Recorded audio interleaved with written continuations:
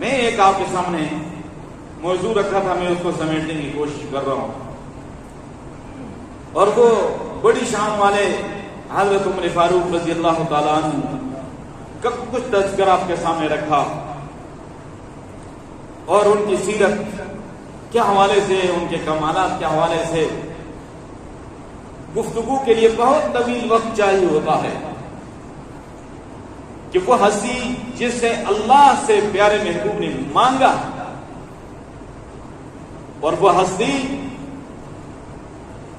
کہ اللہ کے پیارے محبوب صلی اللہ علیہ وسلم کی عشق اور محبت اور اطاعت کی وجہ سے ان کی روحانیت میں اتنا اضافہ ہوا کہ وحی کے نزول سے پہلے وہ وحی کی خوشبو کو محسوس فرما لیا کرتے تھے، اور بہت ساری قرآن شریف کی آیات ہیں جن کو موافقات عمر رضی اللہ تعالیٰ عنہ کہا جاتا ہے۔ علامہ جلال الدین سیوطی رحمۃ اللہ علیہ نے بائش لکھی ہیں، شاہ ولی اللہ محدث دہلوی رحمۃ اللہ علیہ اور دیگر بڑے بڑے اولیاء اللہ نے اس سے بھی زیادہ آیات جو ہے بتائی ہیں کہ یہ آیتیں حضرت عمر رضی اللہ عنہ کے رائے کے مطابق اتری ہیں۔ حضرت عمر رضی اللہ عنہ کے رائے کے مطابق اترنے کا مطلب یہ ہے کہ اللہ کو اتنے پسند ہے، وہ اللہ کو سب کچھ پتا تھا، یہ نہیں کہ حضرت عمر نے رائے دی تو اللہ نے آیت اتار دی، اللہ کو سب کچھ پتا تھا، لیکن اللہ پہلے حضرت عمر سے کھلاتا ہے اور پھر قرآن اتارتا ہے تاکہ دنیا کو پتا چل جائے کہ عمر کا مقام کیا ہے اور عمر کی شان کیا ہے۔ بیت اللہ شریف کے سب سے پہلے دروازہ جنہوں نے کھلایا، طواف کرتے ہوئے مقام ابراہیم پہ جب پہنچتے ہیں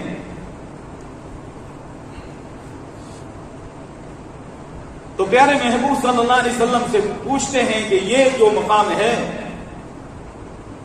اس کی کیا فضیلت ہے؟ فرمایا یہ مقام ابراہیم ہے،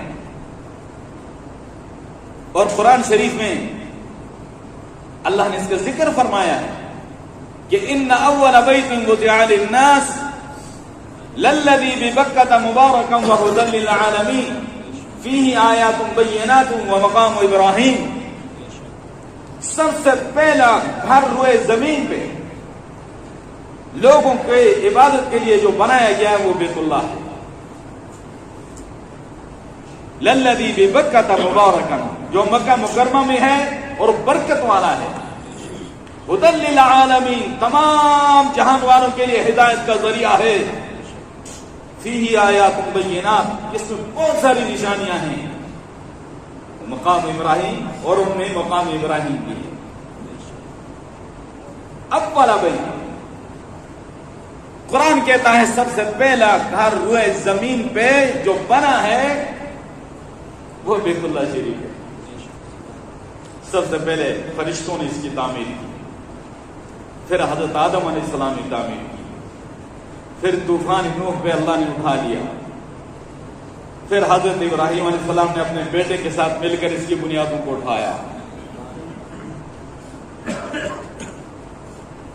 یہ ایک بات مشہور ہے جس کو کہا جاتا ہے نا قبلہ اول، عوامی مشہور ہے، قبلہ اول بیت المقدس۔ اس آیت کی روشنی میں یہ بات آپ کے سامنے رکھوں گا کہ قبلہ اول بیت اللہ ہے، قبلہ اول بیت اللہ ہے۔ ان اول بیت وضع للناس، وہ قبلہ ثانی، لیکن عوام کی زبان پہ ایک لفظ چڑھ چکا ہے، ٹھیک ہے، اور اچھا ہے آج کے مسلمانوں کو معلوم ہونا چاہیے کہ جس طرح ہم بیت اللہ شریف کا ادب و احترام اور تقدس اور تحفظ ہمارے ایمانوں کا حصہ ہے، اسی طرح بیت المقدس کا ادب و احترام اور تحفظ بھی ہمارے ایمانوں کا حصہ ہے، اور بیت المقدس کے وارث بھی ہم مسلمان ہیں۔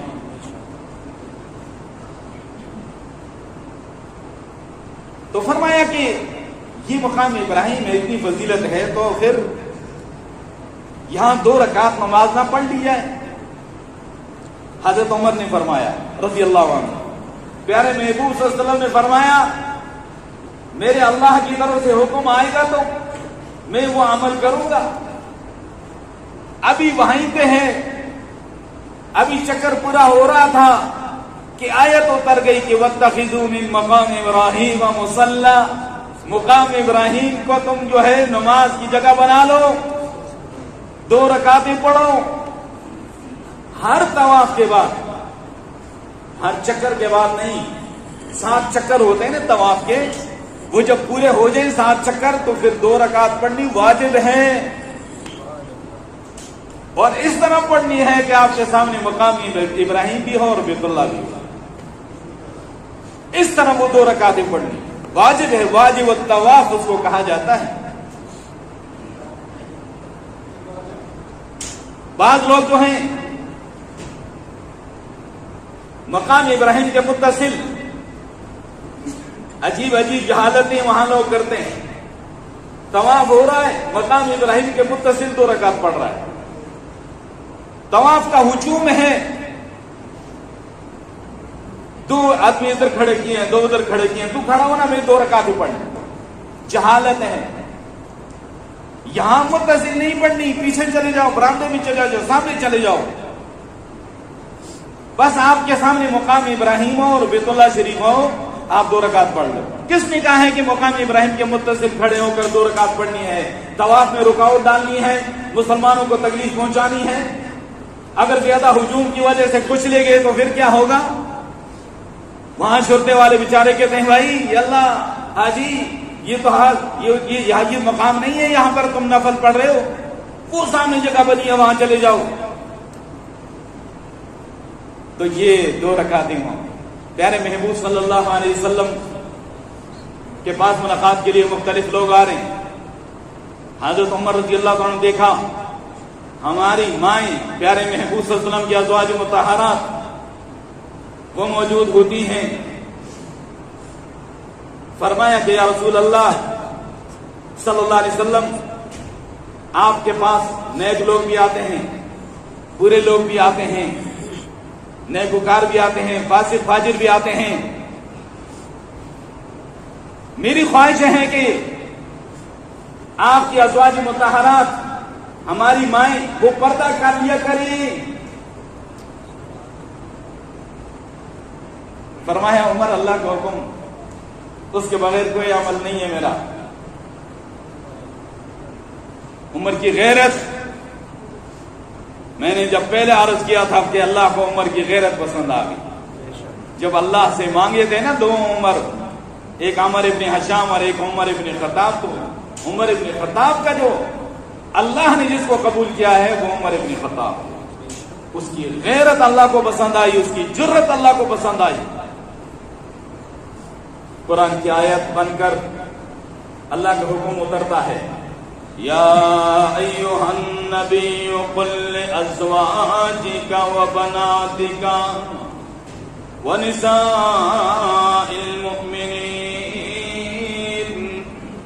یدنین علیہن من جلابیبہن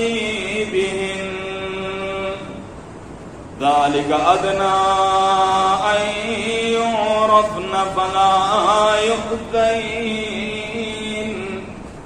اے پیارے محبوب صلی اللہ علیہ وسلم اپنی ازواج مطہرات سے فرما دیجیے, قل لازواجک وبناتک, اور اپنی بیٹیوں سے فرما دیجیے, ونساء المؤمنین, اور تمام ایمان والی عورتوں سے فرما دیجیے, یدنین علیہن من جلابیبہن, اپنے اوپر کپڑا بڑی سی چادر لڑکا لیا کریں, بڑی سی چادر لڑکا لیا کریں. ذالک ادنی ان یعرفن فلا یؤذین, اس سے فرمایا زیادہ قریب ہے کہ وہ پہچان لی جائیں گی کہ یہ خاندان والی عورتیں, یہ عزت والی عورتیں, یہ شرافت والی عورتیں, یہ لونڈیاں اور باندیاں نہیں ہیں, گلی محلے میں پھرنے والیاں نہیں ہیں.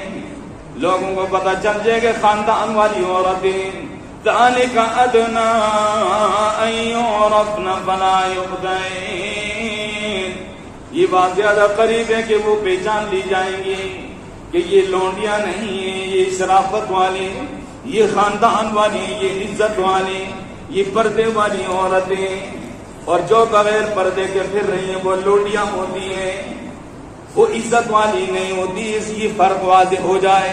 فلا یؤذین، انہیں تکلیف اور اذیت نہیں دی جائے گی۔ فوراً آیت اتر گئی۔ اس آیت پہ میں بات کرتا لیکن ٹائم کی ضرورت ہے۔ فرمایا ازواجک و بناتک، اپنی بیویوں کو بھی اور اپنی بیٹیوں کو بھی۔ بنات کا لفظ جمع ہے، اور جمع کا اطلاق کم از کم 3 پر ہوتا ہے۔ ایک جمع قلت ہوتا ہے اور ایک جمع کثرت ہوتا ہے، کم از کم 3 پہ اطلاق ہوتا ہے، اور زیادہ جو ہے اس کے حد نہیں ہے۔ تو معلوم یہ ہوا کہ پیارے محبوب صلی اللہ علیہ وسلم کی بیٹیاں ایک نہیں ہیں، پیارے محبوب صلی اللہ علیہ وسلم کی بیٹی ایک نہیں ہے، ایک سے زیادہ ہیں، ایک سے زیادہ ہیں۔ ہاں، کچھ نادان کہتے ہیں پیارے محبوب صلی اللہ علیہ وسلم کی ایک ہی بیٹی ہے۔ بہت بڑا فریب اور جھوٹ ہے، قرآن کی آیت صریح آیت کی خلاف ورزی ہے۔ جو مرضی تعویلی کرو، پیارے محبوب صلی اللہ علیہ وسلم کی 4 بیٹیاں ہیں۔ حضرت زینب ہے، حضرت رقیہ ہے، حضرت ام کلثوم ہے، حضرت فاطمہ الزہرا رضی اللہ تعالی عنہن اجمعین، 4 بیٹیاں ہیں۔ 3 بیٹیوں کا انکار کر رہے ہیں۔ قرآن کہتا ہے وہ بناتک، اور اپنی بیٹیوں کو بھی حکم دیجئے۔ معلوم ہی ہوا کہ بیٹیاں 4 ہیں، 4۔ پھر یہ کہتا ہے پیارے محبوب صلی اللہ علیہ وسلم کی معاذ اللہ یہ جو 3 بیٹیاں ہیں جن کو تم کہتے ہو نا، یہ دوسرے خاندان سے تھی، اور پیارے محبوب صلی اللہ علیہ وسلم نے جو ہے بیوہ خاتون سے جو نکاح کیا نا حضرت خدیجہ سے، تو یہ وہاں سے ساتھ آئی تھی۔ جھوٹ کی کوئی انتہا ہے؟ اصل بیماری کیا ہے کہ حضرت زینب کے بارے میں تسلیم کر لیا جائے کہ وہ بھی بیٹی ہے، تو حضرت ابو العاص رضی اللہ تعالی عنہ کو صحابی رسول، داماد رسول تسلیم کرنا پڑے گا۔ اور جب حضرت رقیہ اور حضرت ام کلثوم رضی اللہ تعالی عنہما کو پیارے محبوب صلی اللہ علیہ وسلم کی بیٹیاں تسلیم کریں گے، تو حضرت عثمان غنی رضی اللہ تعالیٰ عنہ کو پیارے محبوب کا 2 داماد تسلیم کرنا پڑے گا، اور وہ یہ تسلیم نہیں کرتے۔ اس لیے ان 3 بیٹیوں کے انکار۔ قرآن کی صریح آیت کے خلاف ہے۔ وہ کسی نے کہا، بہت پرانی بات ہے، استاد نے کہا اس شعر کا کیا مطلب؟ مگس کو باغ میں جانے نہ دیجیو، مگس کو باغ میں جانے نہ دیجیو کہ ناحق خون پروانے کا ہوگا۔ سوال ہے استاد کی طرف سے، کیا معنی ہے اس کا؟ ہمیں سمجھ نہیں آیا استاد جی، ہمیں تو سمجھ نہیں آیا، ہم تو طالب علم میں چھوٹے ہیں ابھی۔ فرمایا اس کا مطلب یہ ہے مگس کو باغ میں جانے نہ دیجیو، یہ جو شہد کی مکھی ہے اس کو باغ میں جانے نہ دینا، عام مکھی مراد نہیں ہے۔ وہاں جا کر باغ سے پھول، وہاں کا رس چوسے گی، اور اس سے شہد بنے گا، جو ہے شہد کا چھتا بنے گا۔ اس سے لوگ اس وقت موم بناتے تھے، موم بنے گی تو اس کے بعد موم بتی جلائی جائے گی، اس وقت کے لحاظ سے موم بتی جلے گی تو پروانہ جلے گا، لہذا پروانے کو بچانا ہے تو مگس کو باغ میں جانے نہ دیجیو کہ ناحق خون پروانے کا ہوگا۔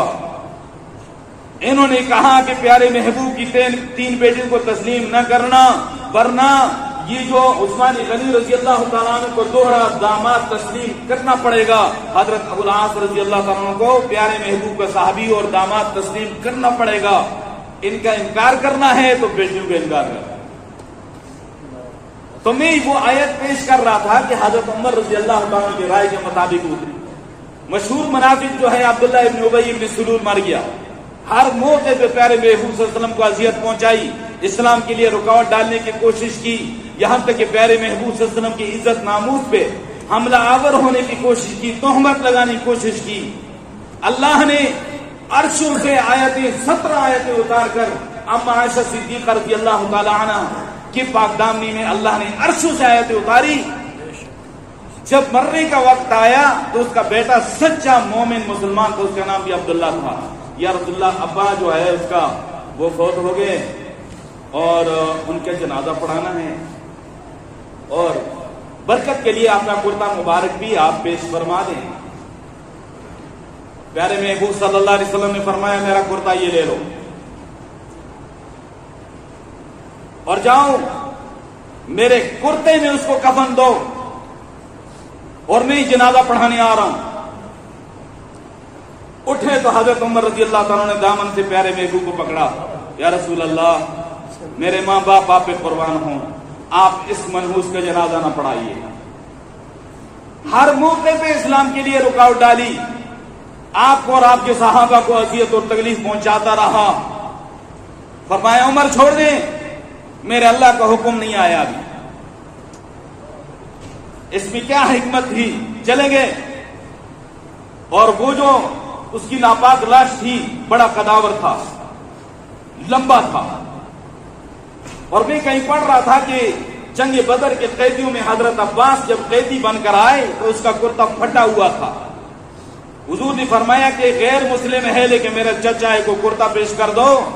کسی کا کرتا پورا نہیں آ رہا تھا, عبداللہ ابن ابی کا کرتا پورا آیا حضرت عباس کو, اور یہ وہ بدلہ پیارے محبوب صلی اللہ علیہ وسلم نے اتار دیا.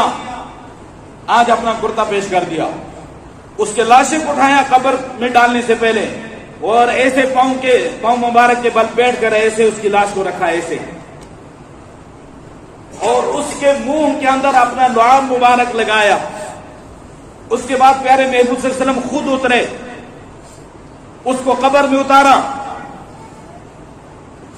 اس کے باوجود اس کی قبر کو جہنم کی آگ سے بھڑکایا گیا, اور اللہ کی طرف سے آیت نازل ہوئی کہ وَلَا تُصَلِّ عَلَىٰ أَحَدٍ مِّنْهُمْ مَاتَ أَبَدًا وَلَا تَقُمْ عَلَىٰ قَبْرِ. پیارے محبوب ان میں سے کوئی مر جائے ان کا جنازہ نہیں پڑھنا, ان کی قبر پہ بھی نہیں کھڑا ہونا. جہاں آپ کھڑے ہوتے ہیں وہاں میری رحمتوں کا نزول ہوتا ہے. استغفر لهم او لا تستغفر لهم, آپ ان کے لیے استغفار کریں یا نہ کریں. ان تستغفر لهم 70 مرة فلن يغفر الله لهم, ان کے لیے 70 بار بھی آپ استغفار کریں گے ہرگز اللہ ان کی مغفرت نہیں فرمائے گا, کیونکہ یہ ناپاک پلید منافق ہیں اور پیارے محبوب صلی اللہ علیہ وسلم کے گستاخ ہیں, صحابہ کرام کے گستاخ ہیں, پیارے محبوب صلی اللہ علیہ وسلم کی ازواج مطہرات پہ تہمتیں لگانے والے ہیں. فرمایا کہ ان کا جنازہ آپ پڑھا بھی لیں, 70 بار استغفار بھی کریں, ان کی بخشش نہیں ہوگی. اللہ تبارک و تعالی ہمیں پیارے محبوب صلی اللہ علیہ وسلم کی سچی محبت نصیب فرمائے. وآخر دعوانا ان الحمد للہ رب العالمین.